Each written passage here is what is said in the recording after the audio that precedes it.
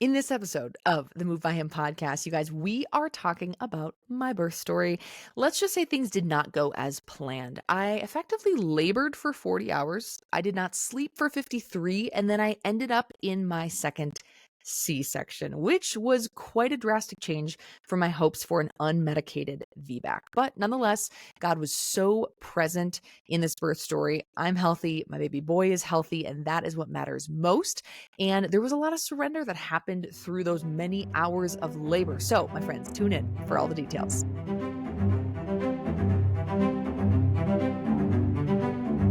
Hello, my friends, and welcome back to the Moved by Him podcast. You guys, today I'm sharing my birth story, which I hope you guys enjoy. It was quite a dramatic experience, to say the least. I had my second child, my son, about a month ago, pretty much exactly a month ago, as I'm recording this. And I feel ready to give you guys the whole lowdown on what happened. Essentially, we'll start with this teaser. I labored for 40 hours. I didn't sleep for 53 hours before giving birth. And I ended up in my second C-section when I was hoping to have an unmedicated VBAC. So things didn't go as planned, to say the least, but the Lord was still so present in so many places in this journey. So I am giving to this full birth story to you in a bit of an unscripted manner. I didn't write a ton of notes. I was like, I'm just going to turn on the camera. I'm going to start recording and just share all the things that happened because it's so really fresh in my head. So maybe you're here. I'm assuming you're here because you like birth stories. Otherwise, you probably would not have clicked on this episode. So whether you're someone who's expecting, or you're a mom, or maybe you're just a woman who's like, I want to hear a good birth story, welcome. Welcome, welcome. First of all, the Move by Him podcast, the goal here is to have conversations at the intersection of Jesus, wellness, and culture. This is a bit more of a personal episode, but if you're into that, make sure you're subscribed or following along. I want to help you bring your faith and bring Jesus into your wellness journey, whether it comes to your mindset, your movement, or your nutrition. So make sure you're following along because there's going to be lots more of that to come. Essentially, we're going to just dive into this thing. We're going to pray, and then we're just going to do this thing. We're just going to talk through all the details of what happened with this wild birth story. Dear Heavenly Father, thank you for the blessing of this time, Lord, to just be present here behind the microphone with my audience. And I just pray that this would uplift you, Lord, that it would glorify you, that we would see that even in the moments that are challenging, that there can be beauty in surrender, and there can be things that we're sanctified in, and that we can still seek your peace and see joy and experience joy in those challenging moments. Lord, I pray that you'd use this however you need to and plan to. In Jesus' name I pray. Amen. Okay, I'm going to roughly talk through this in a chronological fashion, and we're just gonna see what comes up. So let's start with this. So I went into labor on my due date. Let's start with my due date. So on my due date, I let's just say I had a lot of Braxton Hicks. Literally the entire third trimester, I had a ton of Braxton Hicks. And on my due date, I was like, you know what? I was like, we're going to go for a walk in the evening. We're going to get things grooving just a little bit. And we had been going on walks, but I had definitely noticed that toward the end of walks, my Braxton Hicks would intensify. So the end of this little evening walk on my due date, I ended up having really strong Braxton Hicks. And I didn't feel great. Like, we finished this walk and I was like, ooh, not my favorite experience.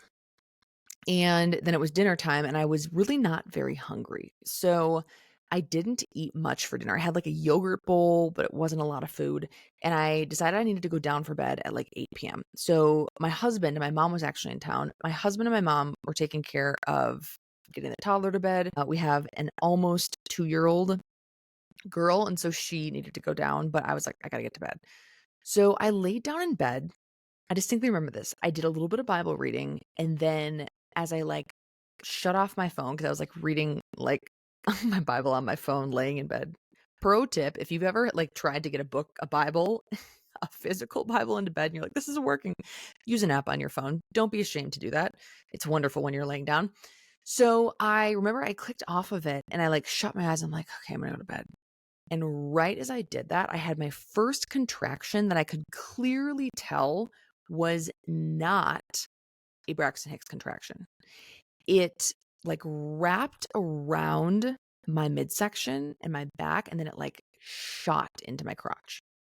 Sidebar, if you're a dude listening to this, there's going to be some things in here where either you're probably a dad. I don't know. Most guys don't listen to birth stories, so I doubt there's literally a single man tuning into this. But if you do, we're going to just fully describe, the things that we experience as women. So anyway, I had this first contraction and I was like, yep, that was not a Braxton Hicks contraction. That was a real contraction.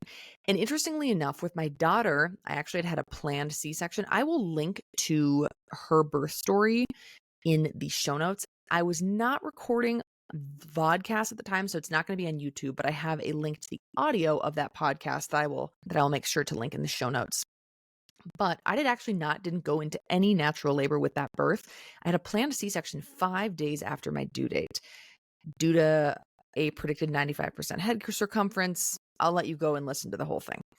Anyway, so I had actually never experienced real labor until my second here. So I was like, yep, that was a real contraction. I know for certain that was. So that was 8 p.m. on my due date.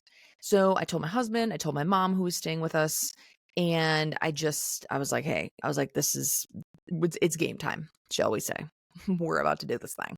So I was having contractions every like 15 to 20 minutes, and they were lasting, I'd say 30 to 45 seconds. Now, if you've never given birth before, you might not know what the 511 rule is. But essentially, the 511 rule is the nurses or midwives or OBs, whoever is taking care of you through your prenatal care, will tell you that you shouldn't really come into the hospital until you're having contractions every 5 minutes that are lasting for a minute and that sustains for a whole hour, because it's a good indication that you're at a place with dilation where you're ready to come into the hospital, and they don't want a million people coming in, to labor in the hospital for tons and tons and tons of hours, I suppose. So the 511 rule is a thing. So over the course of that night, so my mom, my husband are aware, my toddler's asleep at this point. They're aware, like, hey, this is happening, this is progressing. I woke up it was about 12:30ish. At this point, this is the middle of the night, by the way. At this point, I have not slept through any of these contractions, right? Like, all of these contractions were like, I need to breathe through these. I was maybe sleeping for like 10-minute chunks between contractions, but I reached a point too where after like a couple hours, I was like, I got to start timing these, because that's how you know if you've hit the 511, right? And so I started timing them, which of course adds another element.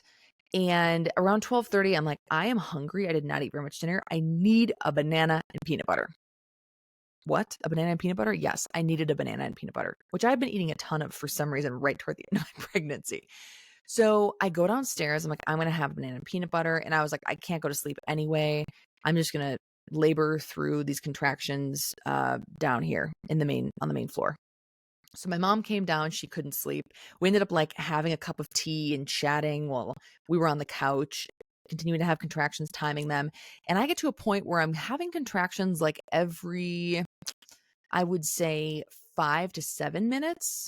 And they were starting to get more like 45, some were 60 seconds. And I'm like, okay, this is progressing. And my mom was like, hey, you should probably go upstairs, just get ready for going to the hospital. I know your bag's packed, but like throw your charger in there, like get things prepped, probably time to wake up your husband, and let's get grooving. So I go upstairs. I, at this point, was so excited to meet him. And yes, these contractions were incredibly uncomfortable. I was not talking through them. This was like bend over the counter, breathe through them. But if you've ever experienced labor, you know that you essentially have these intense contractions and then you get reprieve between the contractions. So you can do things here and there around the house. So I went upstairs, and at like 2 a.m, I was like putting on a little makeup. I think I straightened my hair. I took a little selfie. I was like, we're about to meet baby boy. Texted a couple girlfriends. I was like, you guys, we're going to meet this guy by noon today. I know it. And my contractions now at this point were like 4.5 minutes apart, 4.5, 5. They were getting closer to a minute long. And this happened for like 20, 25 minutes while I was getting ready. I'm like, okay, we're about to have to call the nurse's line in 20, 30 minutes. So we called my in-laws to come over to sleep here to be with the toddler, because my mom wanted to be with us to see the baby born. And we started just getting grooving. We're like, let's pack up our stuff. We called my in-laws. They were ready to come over in the middle of the night. And literally right as they came over, this is like 3 a.m, my labor stalled out, which is interesting. I had read a lot about this uh in like books. I listened to it in podcasts, that whole idea that sometimes when there's certain stress factors or the body just doesn't feel totally safe or the environment changes, your body can literally stall out labor or reverse, like decrease dilation, which is crazy. So think about an animal out in the wilderness. If they're like, "Hey, I'm laboring in the woods under a tree, it's a deer, they see a predator coming," the body will literally stall out labor if it feels like there's any sort of stress or implication that it's not a safe time to progress labor and to move toward delivery. So my labor stalled out. I don't know why that was. I don't know if it was just like, okay, this is getting real. Like the in-laws are coming over to watch my toddler. And I was so excited. But all of a sudden, my contractions started regressing to like every 7, 8, 9 minutes. And they were still about 60 seconds, but they were regressing. And I was like, well, okay, well, what's going on? So that started happening. And I'm like, well, I can't call the nurse's line now. I'm not at the 511 rule. I'm not at the 511. So I was like, I'm just going to go to bed, as in I'm going to lay in bed and labor, essentially, because there's no sleeping happening. So I go upstairs and literally, you guys, through the rest of the night until the morning, I had contractions every 7 to 10 minutes that were lasting for 60 seconds, but they did not go back to that 4 or 5 minute mark. So I'm like, well, I can't call the nurse's line. So that morning we wake up and I'm like, okay, I'm just going to labor through the day. It's fine. Labored all through the night already, but that's no big deal. Now, at this point, do keep in mind, sleep was an interesting thing here. So on the day of my due date, I woke up at like 7 a.m. that morning, which is also interesting for me because I am an early bird to a T. And for some reason, I wanted to sleep in that morning until 7. I normally wake up at like 5, like 6 is sleeping in for me. I slept until 7 and I just was like, I need the sleep. I'm tired. Now, I had been awake the entire day. I hadn't taken a nap. And then I went into labor right as I was going to bed. So I effectively had a whole day of normal, like awake, not sleeping before I started labor. So I had an added 13 hours of not sleeping to the amount of laboring time I'd had. Just keep that in mind as I'm explaining this whole timeline. So we wake up in the morning, we're like, let's just keep laboring through the day. It's fine. It's going to be good. No big deal. Let's just keep going. Cause I'm still trying to have an unmedicated VBAC, right? I literally had actually switched OB practices to be with a midwifery group that would allow me to try to do this unmedicated. As in, by do this, I mean have a VBAC. And so I'm like, okay, let's just keep grooving. So I go through the entire day, basically the whole day. Into the afternoon, I'm still having contractions every 7 to 10 minutes, and they're lasting about a minute, but they're not progressing. So at this point, I'm like, I'm getting close to having had labored for, at this point, it's basically a date. I'm like, is he okay in there? Like, I feel him moving, but I want to make sure he's okay. I'm sure I've got some effacement and dilation. I hadn't been checked at any of my prenatal appointments, so I had no idea if I had any effacement or dilation. I assumed that I had to at that point, considering how long I'd been laboring and how uncomfortable these contractions were. Because some of them were legitimately like a 7 out of 10 on a pain scale. I was not talking through them. I'm like timing these things, bending over, closing my eyes, breathing. So I start messaging in the patient portal with the midwife that was on call and was like, do you mind? Like, does this feel like an appropriate time for me to go in to get checked for effacement and dilation? And I just want to make sure that he's okay in there. I feel some movement, but I want to make sure everything's fine. It's been a pretty long stretch of laboring at this point, and I haven't slept. And, at this point, it was like almost, gosh, it was a day and a half essentially. And she was like, no, no, no, no, just stay home, keep laboring, make sure you're staying hydrated, eat food, get rest. You'll probably go into labor tonight. And I just it didn't feel right in my gut. Maybe I wasn't portraying my end of things in a clear way, but I was like, I feel like I need to go in and get checked. And so I ended up calling the nurse's line, explained my situation, And I will also mention by this point, I had had a handful of hours where I was getting something that's referred to as bloody show. So essentially, as you start dilating, there is blood vessels that break and you start bleeding a little bit. That's very, very, very common and normal in labor. So I'd had that happening. So I'm like, okay, something is progressing. There are things happening down there. So I explain all this to the nurse on the nurse's line, and she's like, oh, yeah, if you've had bloody show, you should definitely go in. I'm like, okay, perfect. So this was evening, like late evening, almost verging on nighttime. I think it was like, I don't know, 7 or 8 p.m. when we called the nurse's line.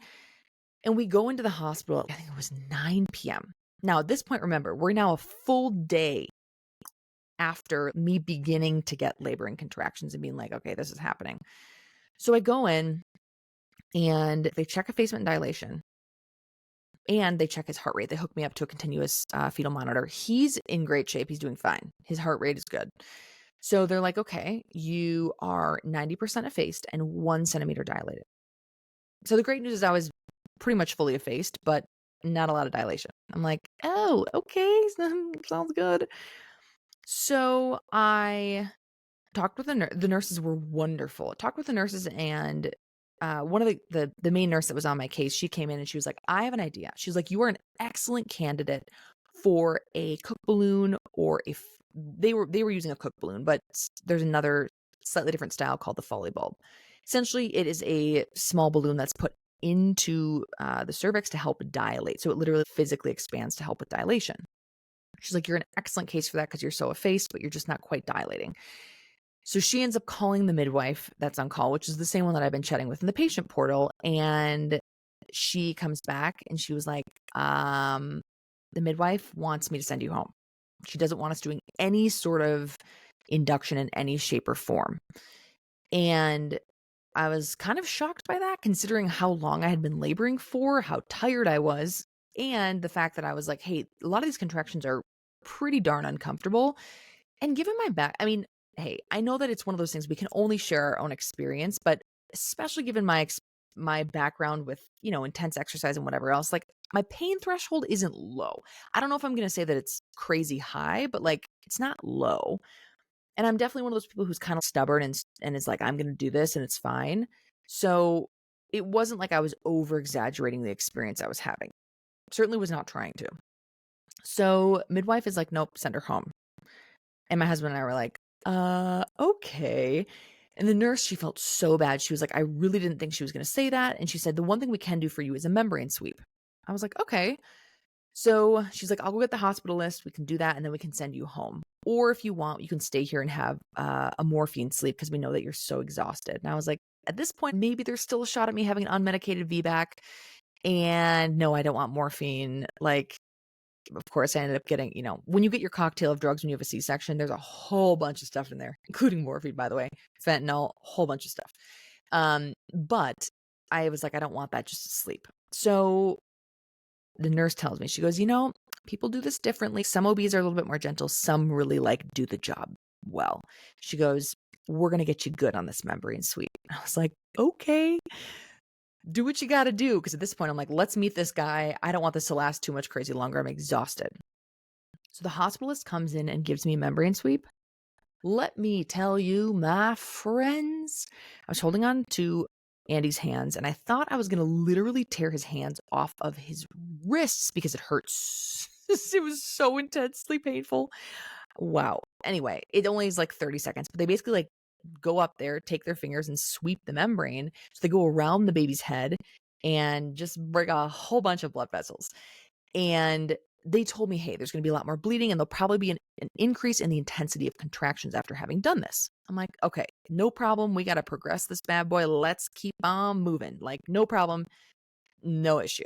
At this point, I'm so tired and so uncomfortable. So we are discharged and I should say we're not admitted to the hospital, right? We effectively were checked and then went home. In the parking lot, my friends, I had the most intense contraction that I literally stopped, bent over, and then my whole body started shaking. Like my teeth were chattering and my whole body was shaking. I was like, Andy, we have to get to the car. We have to get to the car. So we get to the car. And of course I get in there and I start I lose it. right? Like it's like full on meltdown. I'm like, this isn't what I wanted or planned or expected for this birth. Like this isn't what I hoped for. And I'm so exhausted and I'm just so fatigued that I can't even tell you the number of times that I cried in that 40 hours of laboring. So the contractions are getting super intense and the bleeding did definitely increase as they said it would. So I go home and I'm like, let's just labor through the night. I'm not going to be sleeping, but we'll be laboring. And I literally couldn't even labor in the bed because it hurt. The contractions were so painful. So I went into the tub and I labored for 5-6 hours in the tub. And if I can give you any tips, my friends, go in the tub when you're laboring because wow, did that help. It at least made the contractions semi-manageable versus being so intense that my whole body was shaking and I thought I was going to throw up. So I labored in the tub for like 5-6 hours. My mom was laying on the floor next to the bathroom. We had the door open and she was timing contractions for me. I ate some trail mix while I was sitting in the tub. I was a literal prune by the time I got out of there because I'd been in there for so long, but it made a world of a difference. It basically allowed me to last through the night. So we wake up. I hadn't slept. What am I kidding? In the morning. By the way, my contractions at this point are still anywhere now from like 7 to 14, 15 minutes apart. There was even a few in there, sporadic ones, where it was like 25 minutes apart. There was only a couple of them. So I got a 20-minute chunk of sleep and I woke up and I was like, oh, next one's coming. But so they're happening consistently, but it's not progressing. And at this point, they're lasting like anywhere from 60 to 90 seconds. And so the morning hits. At this point, we're like almost pushing, gosh, I'm like, what's the number of hours we're at here? We're like well past 30 hours of laboring and basically like over 2 days without sleep. So we're like, we need to go in this morning and like something needs to happen because this can't just keep going on. So we call the nurse's line, explain the situation. She's like, absolutely, go in, let's go check for effacement and dilation. Now, if you've never had a baby, to give you context on dilation, so effacement is the softening and thinning of the cervix. Dilation is obviously the opening of the cervix.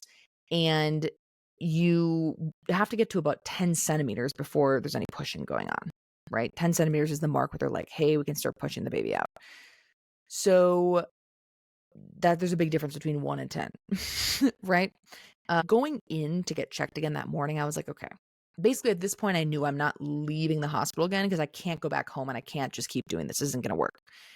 And you start to think about your options. I'm like, okay, this whole natural birth thing is starting to just really fade into like a distant thought, a distant dream, unfortunately. But it was just the reality of things. The idea of a C-section was starting to become way more realistic of like, that probably is going to have to happen at this point. And I went in and was like, if I'm 4 or 5 centimeters dilated, I can maybe do this for a few more hours. We can get to the pushing part. Maybe I'll get an epidural if I feel like I just really can't handle this in the sense of like continuing to labor for so much longer. I need to get some sleep. Maybe I could get an epidural just to get me a little bit of relief, and then we can get our way to 10 centimeters. This is in my head. If I go back and I'm only 2 or 3 centimeters, then we're going to really have a tough scenario to figure out what's going on. And Pitocin is what's normally given for induction to help intensify contractions through the uterus. Now, the risk with a previous C-section is that they can only give you low dose Pitocin because they don't want to increase your risk of uterine rupture. Uterine rupture is exactly what it sounds like. It's when your uterus ruptures. One of the worst things that they want to avoid in its entirety because of the risk of mortality for both the baby and for the mom. So the idea of getting Pitocin was really not attractive to me. And at that point, those effectively were the options. I knew that getting a Foley bulb at that point or a cook balloon, they only use that to get you to 5 centimeter dilation. It can easily take 8 to 12 hours. I'm like, okay, I don't have 12 more hours of this laboring in me. It's already been like, 36 hours at that point. So we go into the hospital, they check me. And the nurse, she was so kind. She checks me and she turns to me and she goes, honey, I'm so sorry. You're still only at 1 centimeter dilated. And here's what I knew. I felt this peace from God, this direction from God of like, you know what your body just went through all night long. You know how hard you labored. You know how much that took out of you. If that didn't progress dilation, something's not right. Giving you Pitocin just to intensify contractions when there's then this increased risk for a uterine rupture, like, I just knew in my heart of heart that is not going to do anything, because if I labored that hard and it didn't do anything, something's not right. So at this point, my mom was actually with me at that point, and my husband was with our toddler, because we knew that that morning, like, things were going to be happening. So we had to take our toddler over to my in-laws, all the coordination, right? And I just knew I need to have another C-section. I knew. And the nice thing about it was this: I wasn't 3 centimeters dilated or 4 centimeters where it's like, okay, maybe I can do this for a few more hours. We can just keep pushing. It's going to be okay.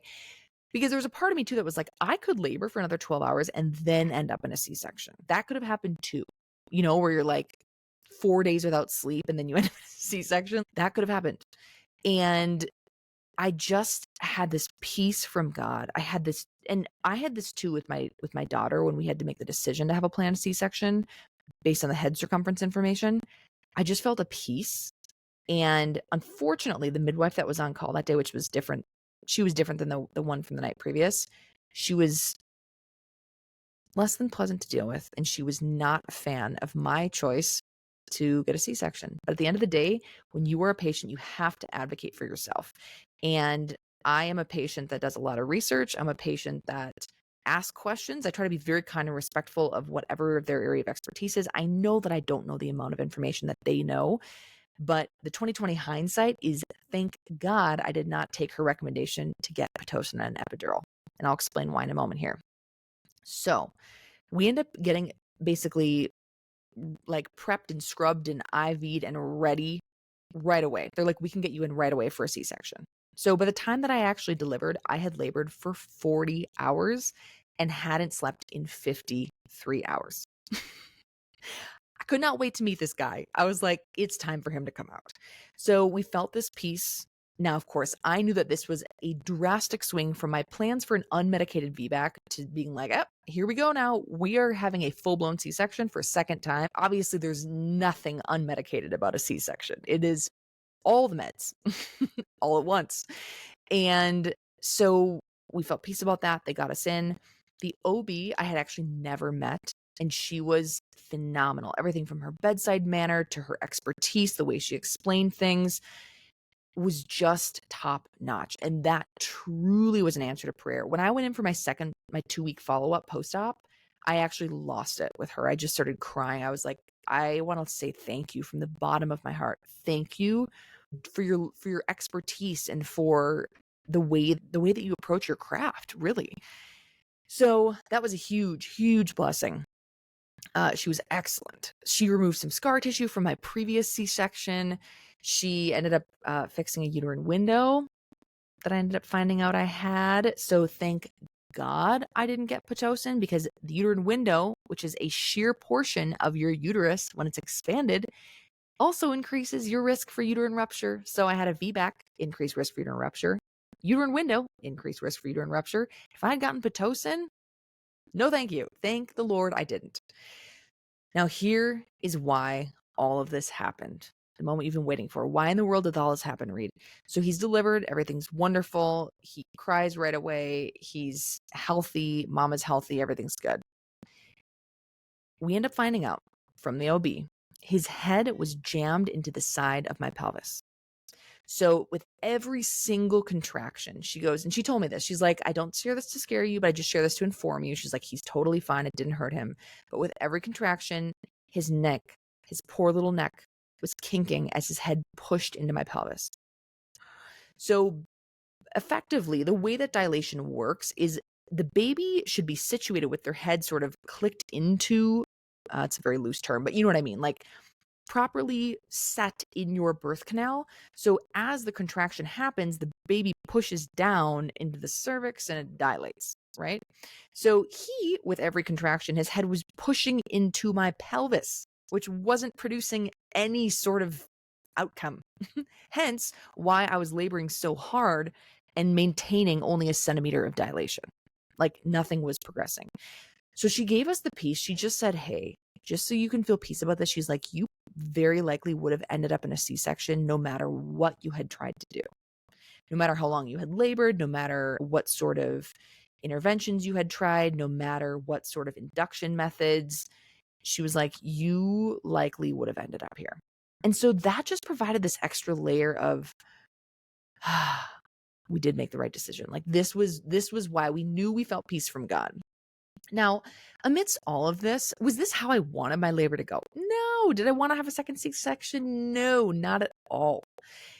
But I think there was something interesting in all of this. The verse that I had really prayed, just really centered myself on and prayed over and over and over for my first delivery was 2 Corinthians 12:9, which reads, "And he said to me, my grace is sufficient for you, for my strength is made perfect in weakness.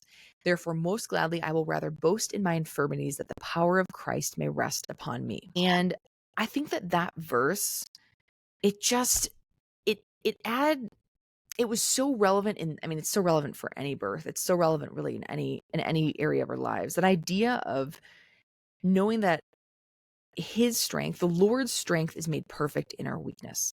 When we surrender, when we let go, when we don't try to grasp and control and do things our way, we allow space for things to happen God's way. And we have to be able to know when to, we need to always be surrendered, but we really have to be honest with ourselves when there's moments in time where maybe we are trying to do things our way and it's getting in the way of God's work being done. And I just had this moment when I was in the tub. It was like toward the end of my time laboring in the tub. The morning was starting to come.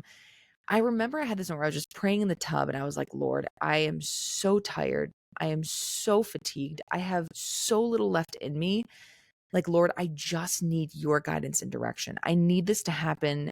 Like, do I think it was God's perfect plan for me to have a C-section? No, I don't think that God is putting bad things upon us.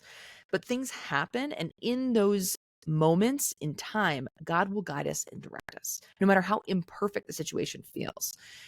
And I just had this moment in the tub when I was laboring where I was like, God, I need your direction because this is not going how I expected or planned. I need your guidance.